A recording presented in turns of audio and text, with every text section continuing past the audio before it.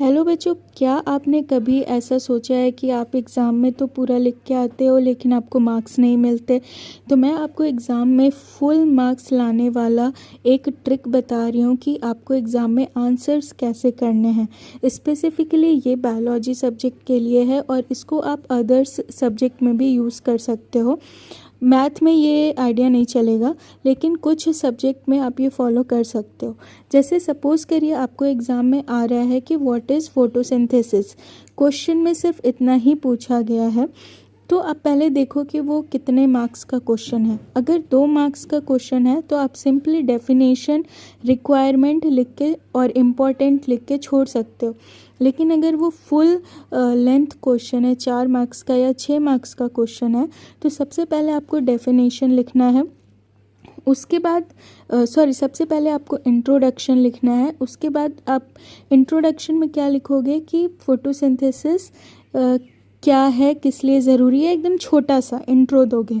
फिर लिखोगे definition. Definition आप जो साइंटिस्ट होते हैं, जो स्पेसिफिक डेफिनेशन उन्होंने दिया है, आप वो कोट कर सकते हो। अदरवाइज़ आप एनसीईआरटी से भी डेफिनेशन लेके वहाँ लिख सकते हो। देन आपका आता है रिक्वायरमेंट कि क्या क्या की एलिमेंट है जो फोटोसिंथेसिस में इन्वॉल्व है और उसका सोर्स क्या है। देन आता है स्टेप।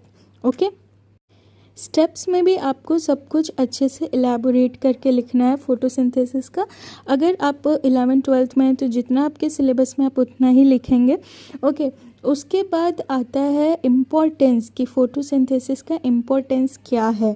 उसके बाद आता है कंक्लूज़न कि सारे जो आपने ऊपर समझाए हैं उसको आप कंक्लूड करके कंक्लूज़न में लिखोगे। ओके, तो ओवरऑल आपके कोई भी आंसर हो, शॉर्ट नोट्स हो और लॉन्ग नोट्स हो, आपके 3 चीज़ होनी चाहिए: introduction, main body and conclusion. Introduction में आप इंट्रोडक्शन दो। मेन बॉडी में अगर वो कोई प्रोसेस पूछा है तो उसका रिक्वायरमेंट्स, स्टेप्स, इम्पोर्टेंस आप ये मेंशन करोगे और देन कंक्लूज़न।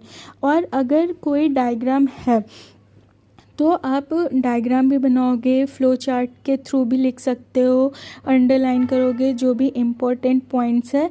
इससे क्या होगा कि जो एग्ज़ामिनर होता है उसको क्लैरिटी रहती है कि बच्चा क्या क्या लिखा है और उसके माइंड में कुछ की एलिमेंट्स होते हैं और वो चेक कर पाता है। ओके, तो एक एग्ज़ामिनर के पॉइंट ऑफ व्यू से जब आप आंसर करते हो ना तो आपको अच्छे मार्क्स मिलते हैं। तो अगर आपको ये वीडियो हेल्पफुल लगे, पक्का एग्ज़ाम में ट्राई करना, तो प्लीज़ चैनल को सब्सक्राइब करना और फ्रेंड्स के साथ भी शेयर करो। Thank you.